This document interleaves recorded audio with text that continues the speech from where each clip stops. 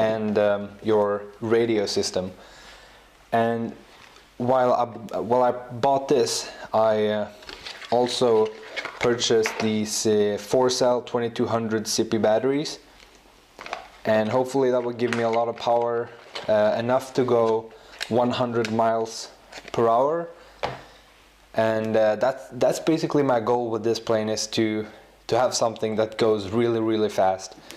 But with no further ado, let's open this box up and let's see what's inside.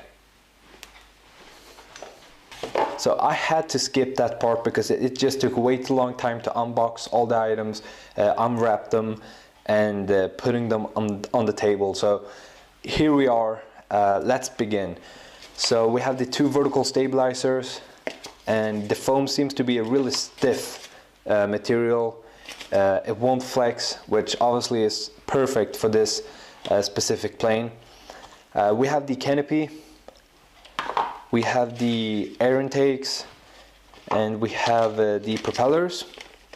And the 5x5 is great if you use a 3-cell battery, and you may want to use these ones if you have a 4-cell battery. I also actually purchased some APC ones, so I don't know which one is better, but I guess we'll find out. We also have the wings. Again, super stiff. This won't flex at all. So we have the digital servo. It's a metal gear, which I probably already told you. And we have the canopy, and everything seems to be in very nice condition. Nothing have been damaged during shipping, and well, again, it just looks overall a very nice package.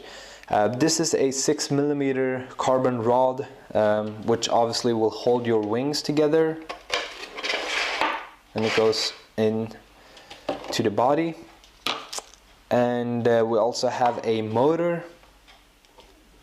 It's a 3000 kV outrunner and a 60 amp EEC with a heatsink and a XT60 connector. We also get some Velcro, some linkages, and the propeller adapter.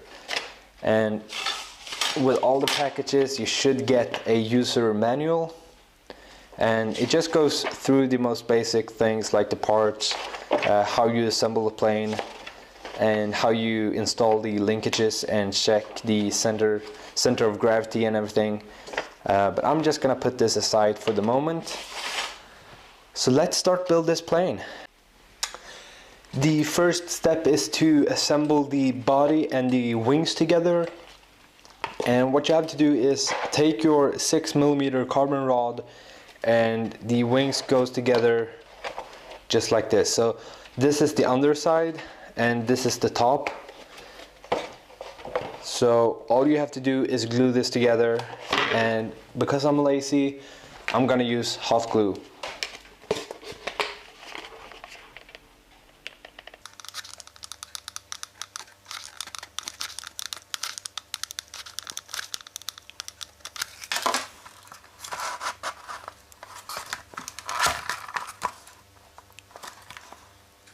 So what I'm gonna do now is put a thin beam of hot glue on the carbon rod right here, and maybe even all the way actually. Well, let's begin here.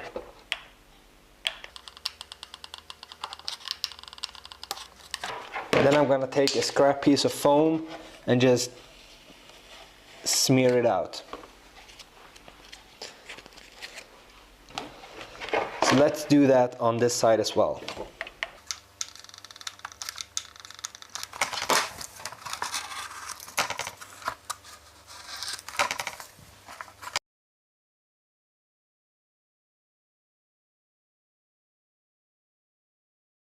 So your next step will be to install your linkages.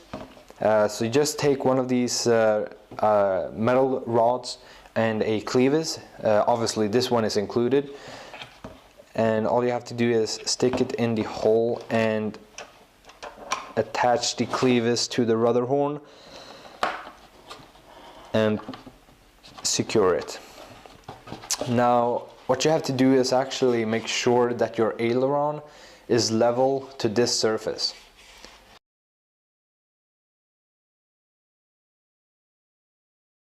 And as you can see, my aileron is a little bit, just ever so slightly too high. So what I'm going to do is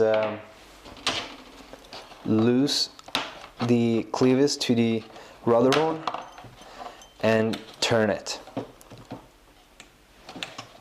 Maybe 2 revolutions, and then pop it in again.